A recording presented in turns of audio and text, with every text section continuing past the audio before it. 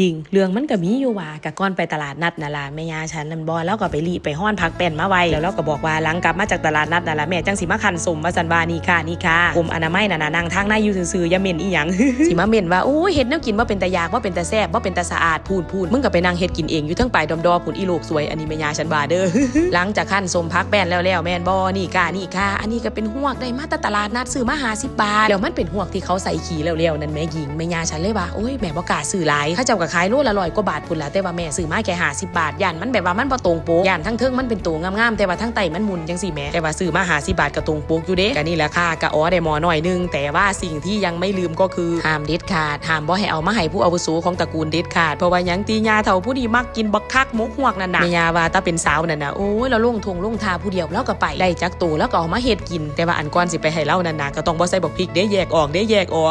้วเบิ่งผู้เฒ่าทั้ง3ก็คือจังบอกนั่นล่ะก่อนหน้านี้ย่างประมาณ2 ชั่วโมงครึ่งตายเข่าตัวบัดนี้ถึงยาสั่นเบาหวานก็เกือบขึ้นแม่ย่าฉันก็คือกันแล้วเบิ่งอ้ายก้อนแก้วก้อนค่ำขนาดบ่ได้ย่างซ้ำหมู่กลับมาก็หิวข้าวเที่ยงแต่ว่าระหว่างนั้นก็พากันไปหาซื้อก๋วยเตี๋ยวอยู่บ้านคับปะกอได้อยากกินก๋วยเตี๋ยวแล้วเบิ่งไปตลาดนัดมากก็บ่มุมก๋วยเตี๋ยวบ้านคับปะกอแม่ฉันแล้วก็ซื้อมาครบคนเลยเด้ปกติฉันก็บ่เคยกินข้าวช่วงเที่ยงตรงจักเที่ยหญิงแต่ว่ามื้อนี้ก็ได้กินข้าวตอนเที่ยงแล้วเบิ่งเหลนเพิ่นสะอ่อนทวดคักเห็นทวดจักสิก้องเอาหยังได้พุ่นน่ะก้องเอาซอยทวด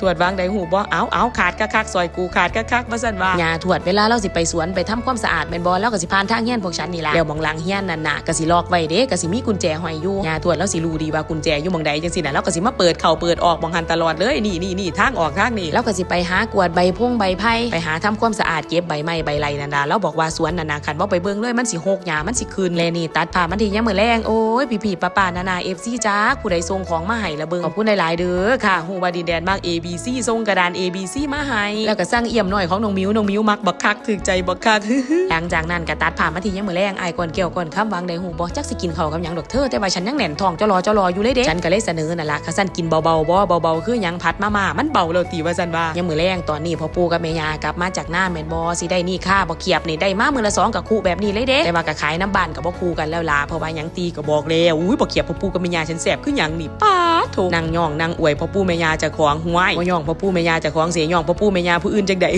แรงนี่ฉันก็สิเข้าครัวเฮ็ดแนวอย่างแนวกินคือเก่ามื้อนี้ก็สิต้มข้าวต้มให้เด็กน้อย2คนนี่กินโอ้ยเปิดไฟแห้งโพดดีนะไฟบ่ไหม้กระทะ ต้มข้าวต้มก็สิต้มง่ายๆนั่นล่ะก็สิต้มข้าวต้มใส่ไข่ดินแดนมันกินแต่โดนๆเที่ยมันกินเบิดเป็นถ้วยผู้ได้ยิงมันกินได้หลายบ่ค่ะช่วงแรกนี่เฮาก็ต้องฝ้าวเฮ็ดแนวกินแบบมาราธอนเด้แต่ว่าแม่นสิเฮ็ดมาราธอนปานใดก็อย่าลืมตั้งกล้องถ่ายคลิปก็สิเห็นก็สิถ่ายแบบอุจุอาจาแบบนี้ดอกบ่มีการเลี้ยงเด้ว่าลำดับใดลำดับ1 2 3 4 5 6 7 8เอาอันใดใส่ก่อนใส่หลังบ่มีการเลี้ยงค่ะ แล้วบางฉันเฮ็ดอยู่นั่นน่ะดินแดนมันก็ให้เด้มันหิวข้าวแห้งพอเพิ่นก็ถามแม่เอ้ยแล้วไปแม่เอ้ยว่าซั่นว่าโอ้ยลูกก็ได้เนาะหลังจากเฮ็ดข้าวต้มแล้วเฮาก็สิมาเตรียมเครื่องเฮ็ดผัดมาม่านั่นล่ะเพราะว่าสิเตรียมขึ้นไล่สดช่วง 2 ทุ่มช่วง 2 ทุ่มนั่นน่ะไปหา4 ทุ่มก็สิบ่ค่อยตั้งใจขายครีมได้หญิงก็สิเว้าไปมาแล้วมาเต็มเว้าไปทั่วทิพย์ทั่วแดนแล้วก็ต้องมีน้ำเก๊กฮวยซุมื้อโอ้ยหลายคนก็สิถามยายเจ้ากินซุมื้อติหวยบ่ว่าก็สร้างแล้วแห่งตะมีผู้สนับสนุนน้ำเก๊กฮวยอย่างเป็นทางการ CEO เฮานี่ก็สนับสนุนคือหยังนี่แห่งตะมีคุณนายจากดูไบเนาะน้องอายน่ะน้องอายวางได้หูบ่ยายมื้อใดน้ำเก๊กฮวยเจ้าขาดเจ้าส่งเลขบัญชีมาเลยบ่ซั่นข่อยสิโอนให้เจ้าตอนนั้นแล้วเจ้าก็โทรสั่งได้เลยว่าซั่นว่าโอ้ยจะเป็นตาฮักคักเด้อคุณนายอายบ่ได้ขาดจังเที่ยเด้อน้ำเก๊กฮวยเทิงคุณนายอายเทิงคุณนายอาด